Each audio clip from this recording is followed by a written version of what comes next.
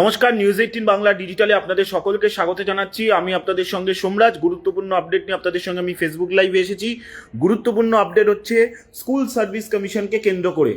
School service কমিশনকে কেন্দ্র করে আরও একটি গুরুত্বপূর্ণ আপডেট নিয়ে আপনাদের সঙ্গে আমি ফেসবুক লাইভে এসেছি।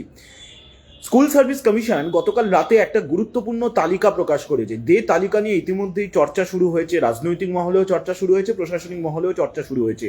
যদিও কলকাতা হাইকোর্টের নির্দেশ মেনেই এই তালিকা প্রকাশ করেছে স্কুল সার্ভিস কমিশন তাদের ওয়েবসাইটে। কি এই তালিকা? এই তালিকা হচ্ছে 2016 নিয়োগে যাদের ওএমআরে অসঙ্গতি ছিল কিন্তু তারা চাকরিতে যোগ দেননি, সেই তালিকা স্কুল সার্ভিস কমিশন গতকাল রাতে ওয়েবসাইটে প্রকাশ করেছে। যে তালিকা এখন সবাই দেখতে পাচ্ছেন।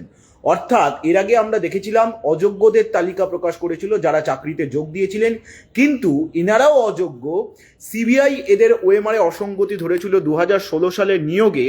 সেই তালিকা এবার স্কুল সার্ভিস কমিশন তাদের ওয়েবসাইটে প্রকাশ করলো। 2016 নিয়োগে যাদের ওএমআরে অসঙ্গতি ধরা পড়েছিল, যারা চাকরিতে যোগ দেননি, সেই তালিকা স্কুল সার্ভিস কমিশন তাদের ওয়েবসাইটে প্রকাশ করেছে আদালতের নির্দেশ মেনে। গতকাল রাতে যে তালিকা প্রকাশ করা হয়েছে সেখানে গ্রুপ সি, গ্রুপ ডি মিলিয়ে 1850 জনেরও বেশি নাম রয়েছে। নবম, দশম, একাদশ, দ্বাদশ স্তরের 250 জনের কাছাকাছি নাম রয়েছে। যে তালিকা এখন এসএসসির ওয়েবসাইটে দেখা যাচ্ছে, সেই তালিকা প্রকাশ হয়েছে। প্রত্যেক পরীক্ষার্থীদের নাম, তাদের রোল নাম্বার, তারা কোন বিষয়ের জন্য আবেদন জানিয়েছিলেন বা কোন ক্যাটাগরির জন্য আবেদন জানিয়েছিলেন, তাদের অভিভাবকের নাম, বিস্তারিত তথ্য উল্লেখ করে এই তালিকা স্কুল সার্ভিস কমিশনের তরফে গতকাল রাতে প্রকাশ করা হয়েছে, যা নিয়ে ইতিমধ্যেই চর্চা শুরু হয়েছে। কারণ সেই তালিকায় কয়েকজনের নাম নিয়ে ইতিমধ্যেই চর্চা শুরু হয়েছে প্রশাসনিক ও রাজনৈতিক মহলে। এই তালিকা কেন প্রকাশ করা হলো? তার কারণ আদালতের নির্দেশ ছিল এই তালিকা প্রকাশ করতে হবে। তাকে মান্যতা দিয়েই স্কুল সার্ভিস কমিশন এই তালিকা গতকাল রাতে প্রকাশ করেছে।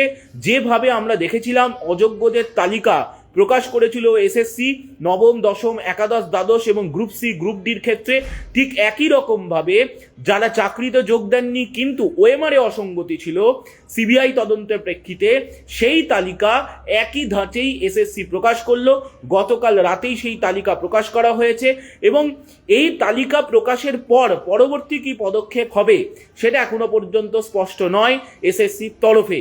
কারণ এই তালিকায় থাকাও অনেক পরীক্ষার্থী রয়েছেন যারা এই নিয়োগের জন্য আবেদন করেছেন, তেমনটাই কমিশন সূত্রে খবর।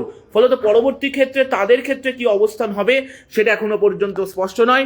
এসএসসি জানাচ্ছে যে যেহেতু হাইকোর্টের নির্দেশ ছিল, সেই নির্দেশকে মান্যতা দিয়েই এই তালিকা এসএসসির ওয়েবসাইটে প্রকাশ করা হয়েছে, যেখানে প্রার্থীদের নাম, রোল নাম্বার, বাবার নাম, সাবজেক্টের নাম বা কোন পোস্টের জন্য অ্যাপ্লাই করেছিল সেই নাম এবং ডেট অফ বার্থ, বিস্তারিত ডিটেলস দেওয়া হয়েছে এসএসসির ওয়েবসাইটে। আপনারা অবশ্যই নিউজ 18 বাংলা ফেসবুক পেজে নজর রাখুন যাবতীয় খবরের আপডেট জানার জন্য।